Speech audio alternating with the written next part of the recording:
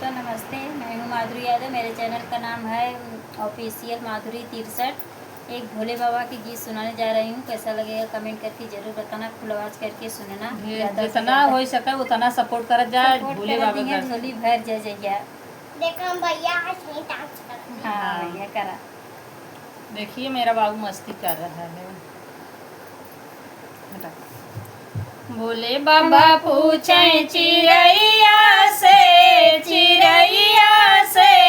कहाँ गई गौरा मड़ैया से। भोले बाबा पूछे चिड़ैया से कहाँ गई गौरा मड़ैया से।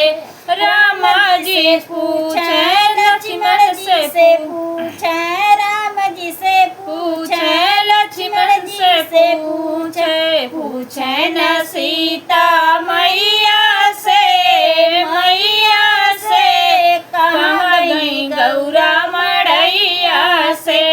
पूछे न सीता मैया से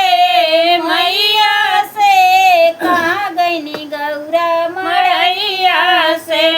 भोले बाबा पूछे चिड़ैया से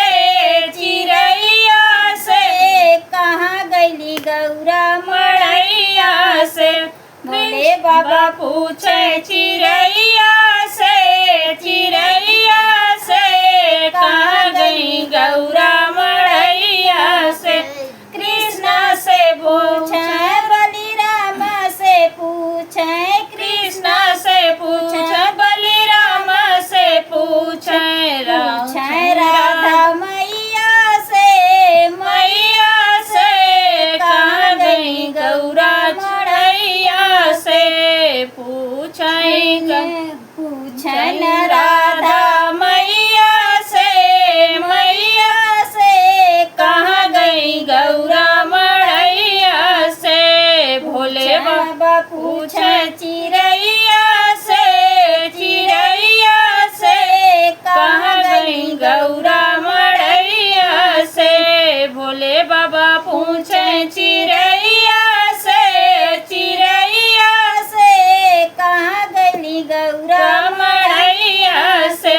ब्रह्मा से पूछे विष्णु से पूछे ब्रह्मा से पूछे विष्णु से पूछे लक्ष्मी मैया से कहाँ गई गौरा मड़ैया से। पूछे लक्ष्मी मैया से कहाँ गई गौरा मड़ैया से।